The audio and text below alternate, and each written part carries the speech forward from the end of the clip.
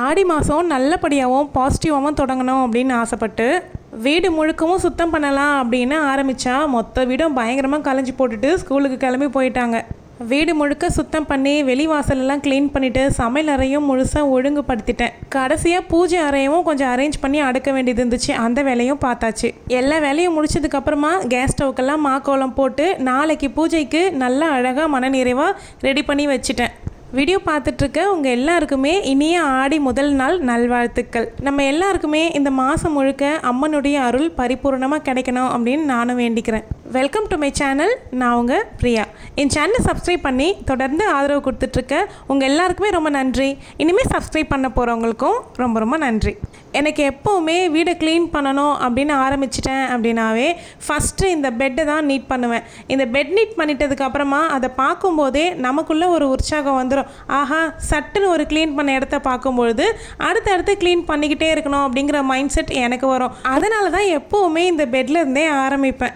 என்னதான் அப்படி துணி நிரம்பி வழியுமோ தெரியல. ஒரு துணி எடுக்கிறதுக்கு 10 துணியை கீழே போட வேண்டியது, அது திரும்பவும் அழுக்காயிருச்சு அப்படின்னா துவைக்க போட வேண்டியது, இதே தான் தொடர்ந்து நடந்துட்டுருக்கு. இந்த டேபிள்லாம் பார்த்தாவே டென்ஷன் தான் ஆகுது. இந்த மாதிரி வேலை இருக்கக்கூடாது அப்படின்னு தான் ஹாலில் இருக்க டேபிளையும் அப்புறம் கிச்சனில் இருந்த டேபிளையுமே எடுத்துட்டேன். இந்த டேபிளை வைக்கிறதுக்கு இடம் போதாமல் இங்கேவே வச்சாச்சு. இந்த புக்கு தான் இப்போ நான் படிச்சுட்ருக்க புக்கு. பாதி புக்கு தாண்டி போயாச்சு. இன்னும் கொஞ்சம் பேஜஸ் இருக்குது படிக்க வேண்டியது. நைட்டில் எப்போவுமே படிப்பேன். கொண்டு வந்து இந்த டேபிள் மேலே வச்சிடுறது. நம்ம ஒரு பொருள் வைக்கக்கூடாது, பின்னாடியே எல்லா பொருளும் வைக்கிறதுக்கு ஆள் தயாராக ரெடியாக நிற்பாங்க. எப்போவுமே எனக்கு ஆடி மாதம் வந்துச்சு அப்படின்னாவே எனக்கு என்னுடைய சின்ன வயசு ஞாபகம் வந்துடும். நாங்கள் இருந்த வீட்டுக்கு பக்கத்துலேயே வந்து ஒரு குட்டி அம்மன் கோவில் இருக்கும்.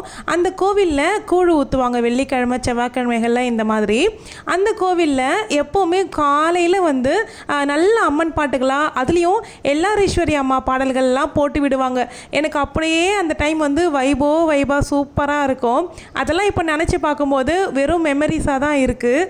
அப்படிப்பட்ட நாட்கள்லாம் திரும்பவும் கிடைக்கவே போகிறது கிடையாது. சின்ன வயசுலேயும் அந்த அம்மன் பாட்டுகள்லாம் வந்து கேட்டு கேட்டு கேட்டு மனப்படமாக ஆகி நம்மளும் பாடிக்கிட்டே இருப்போம்.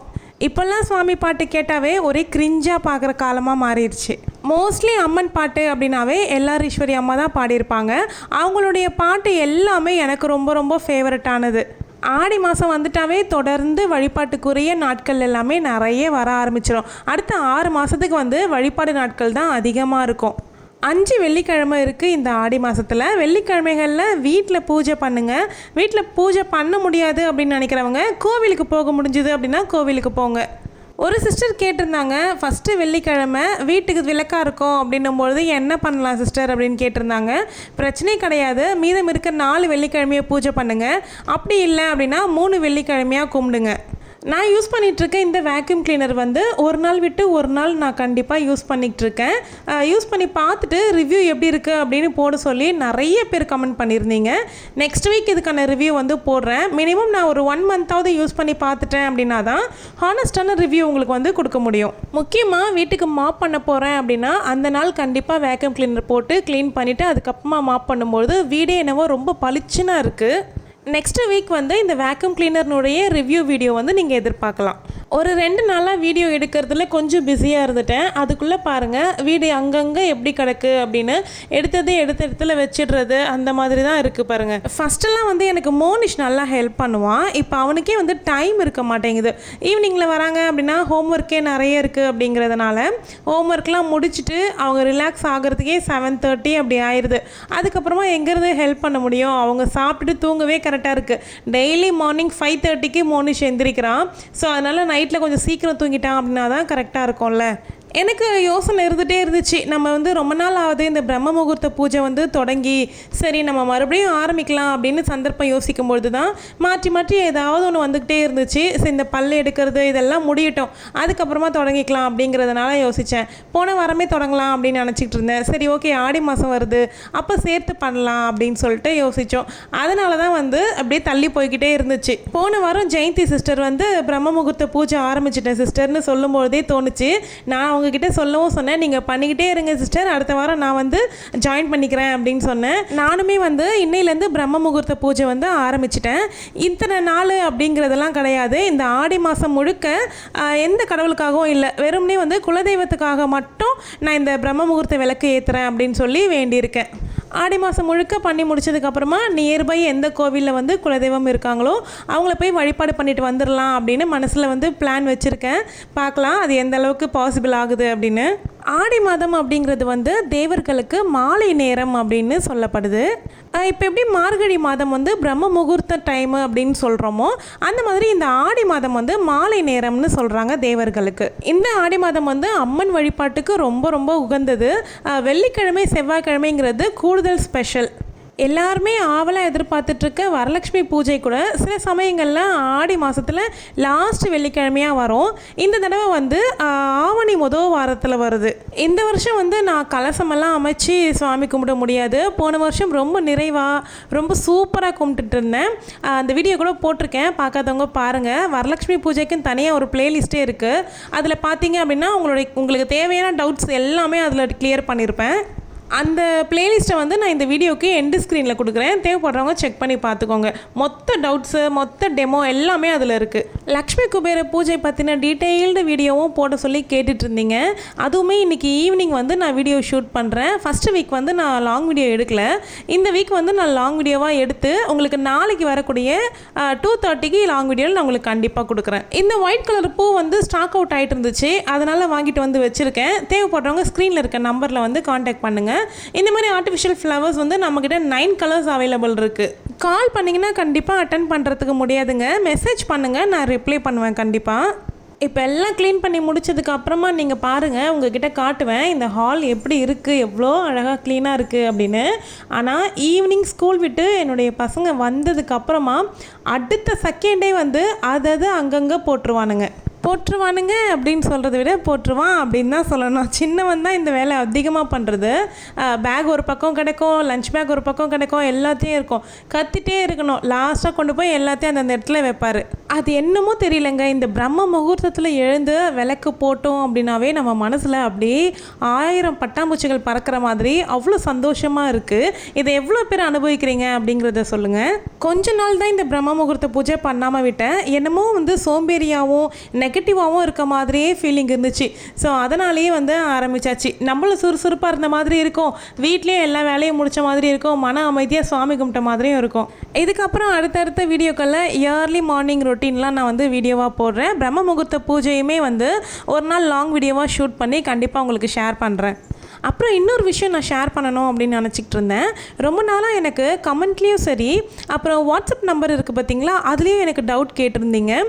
என்னை பார்த்து வந்து நிறைய பேர் பூஜை பண்ணுறாங்கக்கா, எனக்கு பக்கத்து வீட்டுக்காரங்க எதிர் வீட்டுக்காரங்க நான் பண்ணுறத பார்த்து அதே மாதிரி பண்ணுறாங்க, நான் விளக்கு ஏற்றினேன் அப்படின்னா அதே மாதிரி விளக்கு வாங்கி வச்சு ஏற்றுறாங்க. அப்புறம் வந்து நான் எப்படி வீட்டில் பூஜை பண்ணுறனோ, எப்படி கோலம் போடுறனோ, இன்றைக்கி நான் ஒரு கோலம் போடுறேன் அப்படின்னா அதை மறுபடியும் உடனே அவங்க அடுத்த நாள் அவங்க வீட்டில் போடுறாங்க. இதெல்லாம் பார்க்கும்போது ரொம்ப மன உளைச்சலாக இருக்குது அப்படின்னு சொல்லியிருந்தீங்க. இந்த மாதிரி நிறைய பேர் வந்து ஃபேஸ் பண்ணியிருப்பீங்க. இந்த மாதிரி பண்ணுறவங்கள பார்க்கும்போது கோபம் வருதுக்கா, நாங்கள் இதை எப்படி ஹேண்டில் பண்ணுறது அப்படின்னு சொல்லி கேட்டிருந்தீங்க. நான் ஒரே ஒரு விஷயம் மட்டும் சொல்கிறேன். இப்போது ஒரு விளக்கை இன்னொரு விளக்கால் நம்ம ஏற்றுறோம், அதனால் முதல் விளக்கினுடைய வெளிச்சம் ஒன்றும் குறைய போகிறது கிடையாது. அதே மாதிரி நீங்கள் போடுற கோலத்தை யாராவது போட்டாலும், நீங்கள் ஏற்றுற விளக்கை யாராவது அதே மாதிரி ஏற்றுறாங்க அப்படின்னாலும், உங்களுக்கு வர வேண்டிய அருளையும் உங்களுக்கு வர வேண்டிய புண்ணியத்தையும் உங்களுக்கு கிடைக்கக்கூடிய மன நிறைவையும் யாராலையும் எடுத்துக்க முடியாது. ஒருத்தவங்க உங்களை பார்த்து உங்ககிட்ட இருக்கிற நல்ல விஷயத்தை கற்றுக்குறாங்க அப்படின்னா அது உங்களுக்கு தோல்வியும் கிடையாது, மன கஷ்டமும் கிடையாது. உங்களை பார்த்து உங்களால் இன்னொருத்தருக்கு நல்ல பழக்கம் உருவாகியிருக்கு அப்படின்னு உங்களுக்கு நீங்களே பெருமைப்படுத்திக்கோங்க. நம்ம வேலை என்ன அப்படின்னா நல்ல எண்ணத்தோடையும் தூய்மையான மனசோடையும் பூஜை பண்ணுறது. யார் என்ன சொல்கிறாங்க அப்படின்னு யோசித்து மனசை குழப்பிக்காதீங்க. நீங்கள் பூஜையே செய்யலை அப்படின்னாலும், இவ ஒரு நல்ல நாளில் கூட பூஜையே பண்ண மாட்டேங்கிறாளே அப்படின்னு சொல்லுவாங்க. நீங்கள் வந்து நல்ல நாள் கெட்ட நாள் பார்க்காம எல்லா நாளும் நல்லபடியாக பூஜை பண்ணி சுவாமி வழிபாடு பண்ணுறீங்க அப்படின்னா, இவ ஊருக்காக நடிக்கிறா போல் எல்லா நாளும் பூஜை பண்ணிக்கிட்டு இப்படி கூடவா யாராவது இருக்க முடியும் அப்படின்னு பேசுவாங்க. அதனால் நீங்கள் என்ன பண்ணாலும் பேசுறதுக்குன்னு ஒரு கூட்டம் இருக்க தான் செய்வாங்க.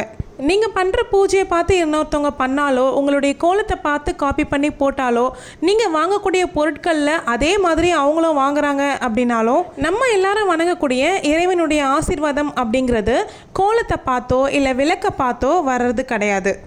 பூஜை செய்கிற மனசை பார்த்து தான் இறைவனுடைய ஆசீர்வாதம் அப்படிங்கிறது கிடைக்குது.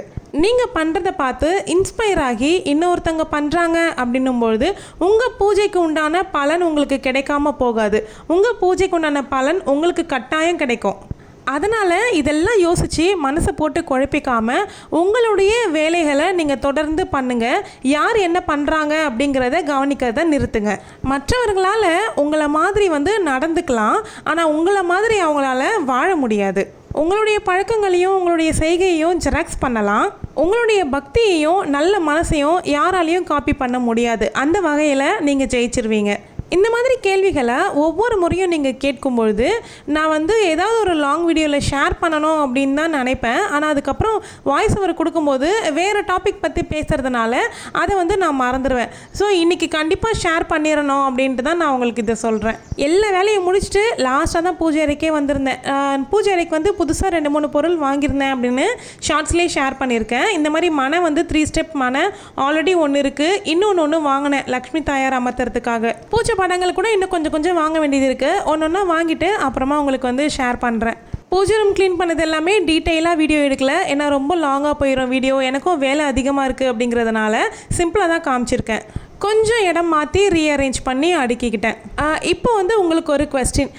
பெயிண்ட் அடித்து முடித்ததுக்கப்புறமா பூஜை ரூம் அரேஞ்ச் பண்ணதுக்கப்புறம் ஒரு டிஃப்ரென்ஸ் நீங்கள் பார்த்துருப்பீங்க.